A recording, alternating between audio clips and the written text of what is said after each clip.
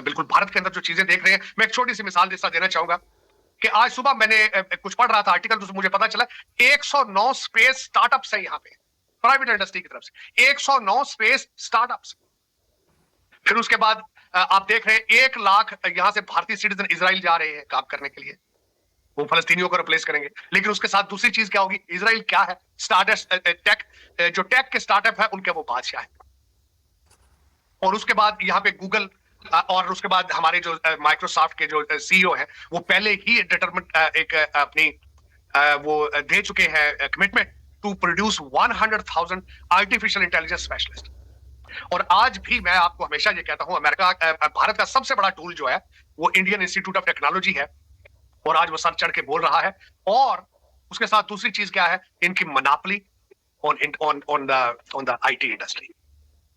और फ्यूचर के अंदर आपको पता है कि आपका एल्गोरिथम के बगैर आप जिस तरीके से हम इस वक्त ऑपरेट कर रहे हैं, माल खत्म हो जाएंगे, हर चीज डिलीवर होगी, ड्रोन के साथ डिलीवरियां होंगी, अनमैन्ड जंगे जो होंगी अनमैन्ड ड्रोन के साथ जंगे होंगी, ऑपरेट कौन करेंगे, आईटी वाले लोग ऑपरेट करेंगे। तो आप किस तरह आप किस तरह ये कह सकते हैं। मैं जो उतरा हूं एयरपोर्ट में, सबसे पहले तो मैं एक अर्ज करना चाहूंगा कि मैंने शायद इंडिया गेट से भी ये कही थी बात कि पूरा शहर जो है वो दुल्हन की तरह सजा है क्योंकि ट्यूलिप फेस्टिवल चल रहा। उसके बाद शाम को हम जब बैठे, दोस्त जो हमारे लोकल दोस्त बैठे, और हमने दिल्ली की खासकर खूबसूरती और दिल्ली के पास की बातें की, क्योंकि मेरे साथ जो मेरे दोस्त है मेरे हम उम्र है, जिन्होंने टाइम दिल्ली के अंदर गुजारा है, जिन्होंने दिल्ली बनते देखी है। जब बातें हमने शुरू की तो हम शोका होटल है यहाँ पे, बहुत बड़ा एक होटल है 80s में बना। फिर अब जब बातें कर रहे थे कि किस तरीके से एशियन गेम्स हुई यहाँ पे तो कौन कौन से होटल बने, फिर उसके बाद G20 हुई तो क्या क्या हुआ, और उसके बाद जो भी वाकयात होते हैं क्या क्या हो रहा है इस वक्त अगर देखा जाए तो दिल्ली जो न्यू दिल्ली है बिलखसूस, वो दुनिया का कैपिटल बनता नजर आ रहा है। वो इस तरीके से आप जरा इसके 1 साल का पूरा स्केड्यूल देख लें, चाहे वो G20 हो या चाहे अभी हम जो बात करना चाहेंगे रेसिना हिल के बारे में, रेसिना समिट के बारे में।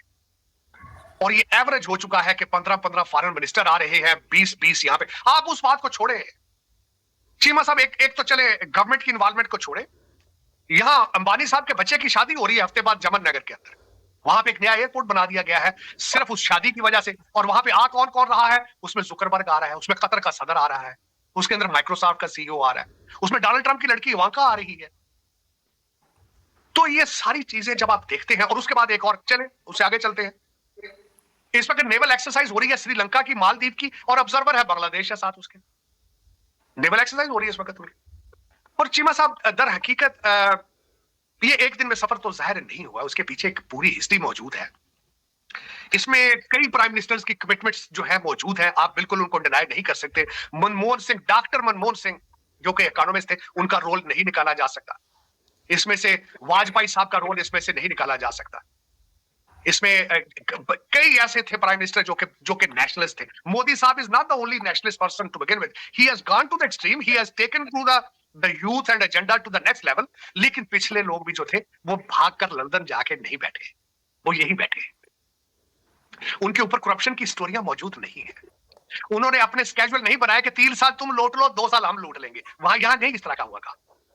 यहाँ वाजपेयी का लड़का जो है वो लीडर नहीं है, यहां मनमोहन सिंह की लड़की इलेक्शन नहीं लड़ रही है, मोदी साहब के भाई का नाम किसी को नहीं पता कौन है वो। चले छोड़े, आप इनसे तो नफरतें हैं आपकी, आप जहां बैठे हैं आपके इनके साथ नफरत का एक बहुत बड़ा एक बैकग्राउंड मौजूद है। बांग्लादेश चलते जो आपका हिस्सा था, हसीना वाजिद ने अभी तक अपना वारस डिक्लेयर नहीं किया, और आपको मैं बता चुका हूं कि आप क्या है। आपके एक बंदे के नाम से फोटो उतार दिया जाए तो उसका पीछे बचता ही कुछ नहीं। दूसरी है उसकी फैमिली है, अब उनके पोते दोते हैं, उनके लिए भी हल्के देखे जा रहे हैं।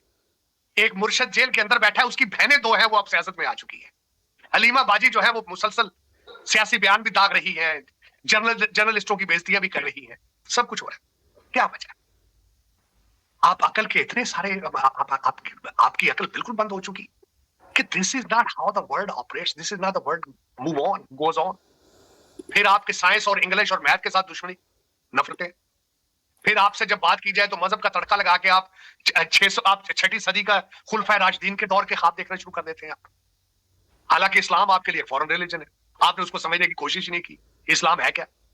जिहाद करने के लिए सर्टन सर्कमस्टेंसेस की जरूरत होती है, तब जिहाद आप पर लाजम होता है। आप हर बात के ऊपर जिहाद कर देते हैं, आप फौरन हर बात के ऊपर। गाजा के ऊपर अरबी इतने परेशान नहीं है जितने आप परेशान हैं, लेकिन आप टीटीपी के लिए आपके पास कोई मंसूबा मौजूद नहीं है, जो घुस के मार रही है उसके लिए कोई मंसूबा नहीं है। गजा की तैयारी, आप गजा के लिए तैयार है? पता नहीं, मेरे तो समझ से बाहर है कि आप 21st सेंचुरी में एंटर किस तरह होंगे। आपके जो लीडरान हैं, आपका जो ग्रुप इकट्ठा हुआ है जिसने कहा है कि हम अगली पीडीएम 2 बनाएंगे, उनके ट्वीट अकाउंट कोई और ऑपरेट करता है। वो ट्विटर कोई नहीं समझते कि ट्वीट क्या चीज है। साइंस को समझना तो उनके बस की बात नहीं। और आप अब इस वक्त डिमांड कर रहे हैं कि सुप्रीम कोर्ट की प्रोसीडिंग भी उर्दू में की जाए, ताकि हमने जो टूटी फूटी तरक्की की है उसको भी खत्म किया जाए। चले कर लेंगे, होता है तो करेंगे, ठीक है।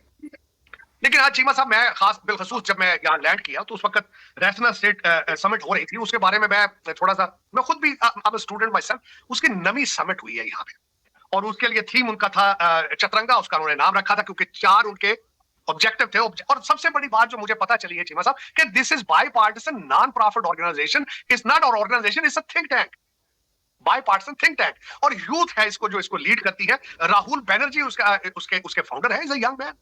तो इनके इसमें ओरिजिनली इनका थीम में था conflict, contest, corporate and create. और ग्रीस के प्रेसिडेंट जो थे, इस प्राइम मिनिस्टर जो आए, वो इसके चीफ गेस्ट थे। मोदी साहब ने इसको इनॉग्रेट किया था। और basically fundamentally they discuss geopolitical and geo economic issues of the reason.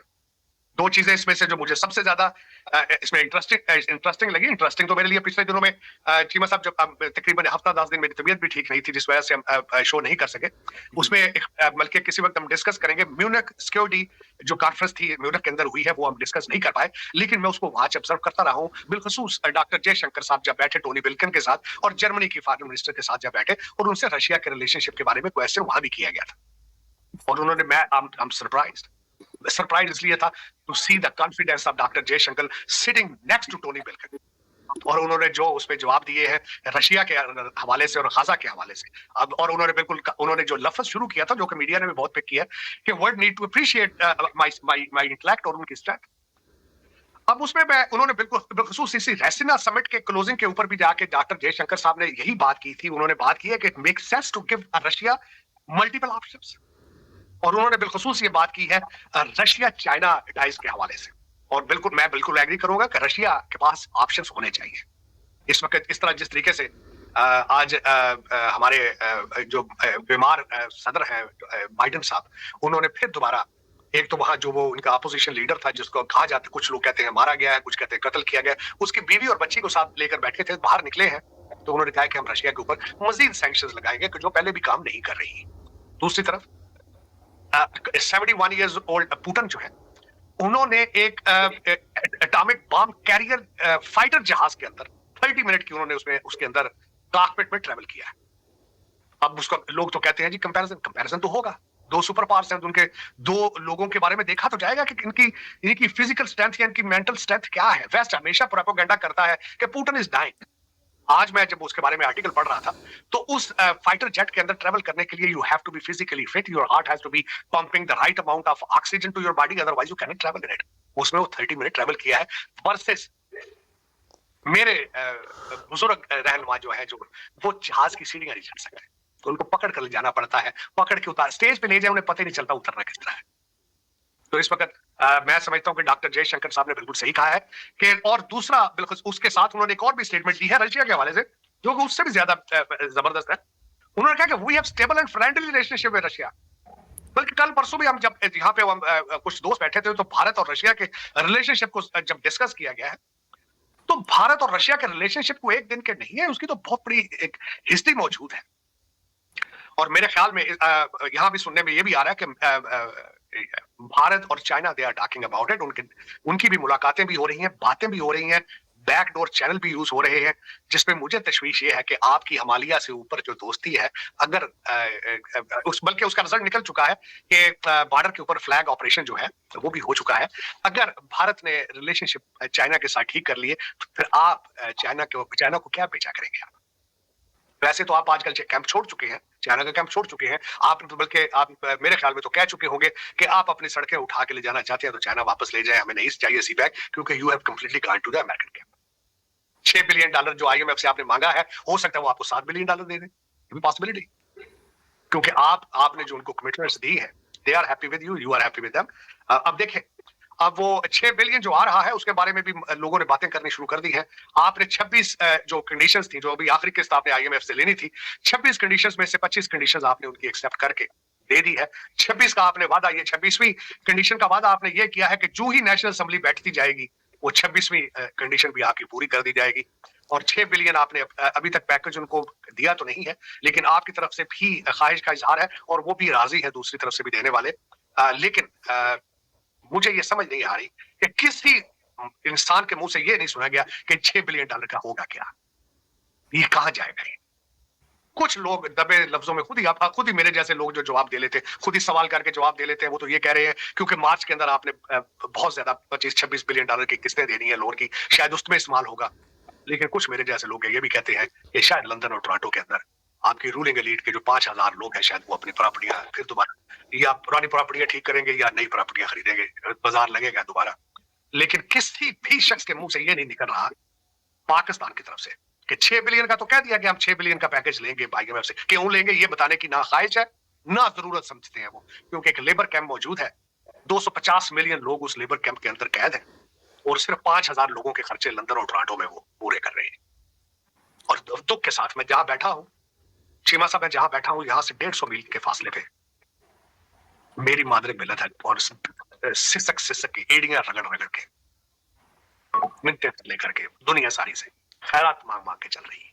मैं जहां बैठा हूं ये भी चनकिया सिविलाइजेशन का ही एक हिस्सा है। ये भी अर्थशास्त्र को पढ़ के लोग यहाँ से भी आगे निकल रहे हैं। यहीं से लोग इंडियन इंस्टीट्यूट ऑफ टेक्नोलॉजी पढ़ के कभी वर्ल्ड बैंक चलाते हैं, कभी माइक्रोसॉफ्ट चला रहे हैं, कोई गूगल चला रहा है। आपसे साइकिल नहीं चल रहा है, ये दुनिया चला रहे हैं। मेरी समझ से बाहर चीमा साहब, बिल्कुल ये दुनिया क्या हो क्या मेरी समझ से बाहर। तो दोस्तों, जैसे कि आपने क्लिप में देखा जिसमें साजिद तारर बता रहे हैं कि जब वो इंडिया आए थे तो उन्होंने देखा कि 109 स्पेस स्टार्टअप्स हैं इंडिया के अंदर जो कि प्राइवेट इंडस्ट्री चला रही है। मतलब ये बहुत बड़ी बात है कि मतलब 109 सिर्फ स्पेस के स्टार्टअप्स ही हैं। जो बाकी होते हैं ना, दूसरी फील्ड के स्टार्टअप्स होते हैं 1-1 बिलियन डॉलर की जो यूनिकॉर्न्स में, मतलब कि जो इंडियन गवर्नमेंट पैसा लगा रही है, वो तो अलग बात है। 109 स्टार्टअप्स होना वो अलग बात है, ठीक है। और गूगल और माइक्रोसॉफ्ट के सीईओ इंडियंस हैं, मतलब कि और भी कंपनीज़ हैं, मतलब कि यूट्यूब का सीईओ भी इंडियन है। मतलब बहुत सारी अमेरिकन जो कंपनीज़ हैं जो बड़ी बड़ी हैं, जो दुनिया में फैली हुई हैं और पैसा कमा रही हैं बेहिसाब, मतलब कि बहुत ज़्यादा पैसा कमा रही हैं। उन्होंने पहले से ऑब्जर्व कर लिया था अमेरिकन कंपनीज़ ने कि भाई साहब ये जो सोशल मीडिया है और बहुत सारी चीज़ें हैं सोशल मीडिया से कनेक्टेड है, मतलब कि ये आगे चल के ही यूथ से हम पैसा कमाएंगे। मतलब कि बहुत ज़्यादा इन्वेस्टमेंट उन्होंने पहले से कर रखी थी, बड़ी बड़ी कंपनियां बना रखी थी। उसके सीईओ अब इंडियन बनने पड़े हैं, जो कि ये बहुत प्राउड की बात है भारत के लिए। और दोस्तों, जो नेशनलिस्ट मूवमेंट जो पीएम मोदी ने चलाई थी ना, मतलब कि जब से वो प्रधानमंत्री बने हैं 2014 में, और उसके बाद से ऐसी नेशनलिस्ट मतलब कि विचारधारा को उन्होंने पुश किया है। मतलब कि जो हमारा यूथ है, हमारे युवा है ना, वो मतलब कि उनके साथ हो गए हैं। मतलब कि क्योंकि उन्हें जब नेशनलिस्ट मूवमेंट दिखी है ना, और जो भारत प्रथम, पहले भारत फर्स्ट की जो पॉलिसी अपनाई है बीजेपी ने, जो पीएम मोदी ने अपनाई है, वो उसके दीवाने तो सब हो गए हैं। युवा पूरी की पूरी उस चीज़ पे दीवानी है। और उसके बाद वो जो वो काम करते जा रहे हैं, मतलब कि भारत को आगे बढ़ाते जा रहे हैं। जब वो प्रधानमंत्री बने थे 2014 में, तो भारत की इकनॉमी 12वें नंबर की इकनॉमी थी। आज लगभग चौथे नंबर की होने वाली है, मतलब कि हो गई है। कंफर्म बात नहीं है, लेकिन कभी भी चौथे नंबर की हो जाएगी। मतलब कि ये बहुत बड़ी बात है, 5 ट्रिलियन पे पहुंचने वाली है इंडियन इकोनॉमी, ठीक है। तो ये बहुत बड़ी बात है भारत के लिए, और मतलब कि भारत के युवाओं के लिए भी बहुत अच्छी बात है। उनको नए नए स्टार्टअप्स के आइडियाज़ ढूंढते लाते हैं वो अपने नए स्टार्टअप्स, और उनकी मदद करने के लिए इंडियन गवर्नमेंट लोन दे रही है उनको। बहुत अच्छी बात है ये। और जो दूसरी तरफ देखा जाए तो पाकिस्तान में अभी भी डिक्टेटरशिप है। मतलब कि वो इमरान खान को ऐसे निकाल दिया गया है दूध में से मक्के की तरह। और उसके बाद जैसे भी इमरान खान को तो लाई भी मिलिट्री इस्टेब्लिशमेंट थी जो पाकिस्तान की है, जो कि हर बारी लाती है किसी न किसी को उठा के, और उसके बाद उसका 5 साल का टर्म भी पूरा नहीं करने देती है। मतलब कि इतना ज़्यादा बुरा हाल है पाकिस्तान के अंदर। पाकिस्तान का जो भी आर्मी चीफ बनता है वो अपने आप को डिक्टेटर समझ के उसको समझता है कि मेरे बाप का मुल्क है ये, और मैं इसको रगड़ता जाऊँ। मतलब कि ये पाकिस्तान के बारे में कभी नहीं सोचते हैं, और पाकिस्तान को मतलब कि ऐसे मिलिट्री डिक्टेटरशिप के साथ में चलाया हुआ और भारत के साथ दुश्मनी में अटकाया हुआ, और लाहौरी चूरन देते रहते हैं पाकिस्तानियों को, ये लो लाहौरी चूरन और दूध मिला के पी के सो जाओ, तुम्हें कुछ नहीं करना, ठीक है। और जो इंडिया चाइना की जो फ्रेंडशिप है वो बहुत आगे बढ़ रही है, मतलब कि वो जो पहले पाकिस्तान के साथ मिले हुए थे ना चाइनीज़, मतलब कि हर चीज़ में सी पैक वगैरह चल रहे थे, वो सब बंद हो चुका है। मतलब कि सी पैक वगैरह चल रहा होगा नहीं चल रहा होगा कुछ नहीं पता, क्योंकि पता नहीं कितने ब्याज दर पे लोन दिया था पाकिस्तान को चाइना ने, सी पैक में इन्वेस्टमेंट्स की थी, उसके बाद पाकिस्तान में इन्वेस्टमेंट्स की थी। तो ये बहुत ज़्यादा बुरी बात है पाकिस्तान के लिए, मतलब कि उन्हें खुद नहीं पता कि कितने दर पे, कितने 10% पे, 20% पे, 50% पे, कितने दर पे ये मतलब कि ब्याज पे पैसा दे रखा है चाइना वालों ने। और यही पूछने की हिम्मत इमरान खान ने करी थी, जिसके बाद उसको लात मार के उसकी कुर्सी को गिरा दिया गया था और उसको अब जेल में बंद कर दिया गया है। तो ये तो पाकिस्तान में हमेशा से होता आ रहा है, और ये मिलिट्री डिक्टेटरशिप तो सुप्रीम पे है, मतलब कि पाकिस्तान की। और ये आईएमएफ से हमेशा लोन मांगते रहते हैं, मतलब कि जब देखो आईएमएफ से कर्जा, कभी 2 बिलियन, कभी 3 बिलियन, कभी 2.5 बिलियन, कभी 1-1 बिलियन के लिए अपने नाक रगड़ते हैं।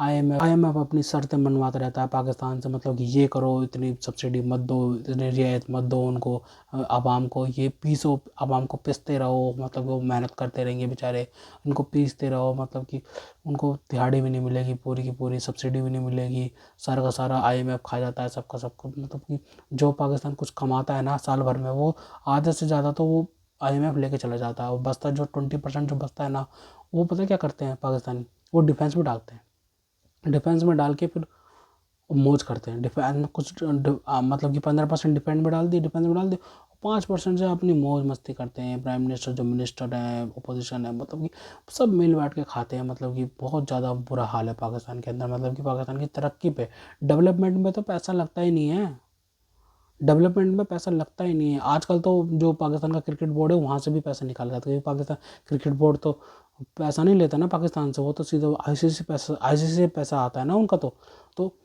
वो आईसीसी का पैसा भी वो खा जाते हैं। मतलब कि वही जो चेयरमैन की कुर्सी है ना, मतलब कि वो उसकी भी होड़ लगी रहती है पाकिस्तान के अंदर, तो बहुत बुरा हाल है। तो दोस्तों, अगर आपको हमारी ये वीडियो पसंद आई हो तो कम से कम व्हाट्सएप पर जरूर शेयर कीजिएगा, साथ साथ चैनल को सब्सक्राइब करके हमारा मनोबल जोर बढ़ेगा, ताकि हम आपके लिए ऐसे ही मनोरंजन वीडियोज़ बनाते रहें। तो गाइस, मिलते हैं आपसे अगली वीडियो में, तब तक के लिए जय हिंद।